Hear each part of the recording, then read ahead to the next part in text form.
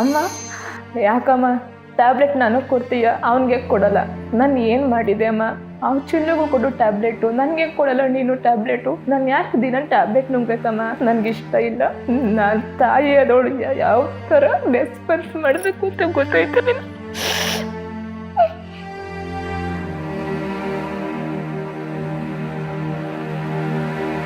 20 days ಆಯ್ತು ನಂಗೆ full ಸುಸ್ತಾಗ್ಬಿಡ್ತಾನೆ. ಊಟ ಏನು ತಿನ್ನಲ್ಲ, ಬ್ಲಡ್ ಕಮ್ಮಿ ಆಗುತ್ತಲ್ಲ, ಊಟನೂ ತಿನ್ನಲ್ಲ, ವಾಮಿಟಿಂಗ್ ಮಾಡ್ಕೊತಾನೆ.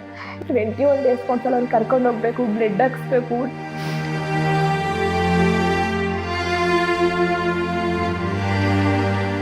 ಇಲ್ಲ, ನಾವು ತುಂಬ ಬಡವರು, ನಮ್ಮ ಮನೆಯವ್ರ ಕಾರ್ ಡ್ರೈವರು.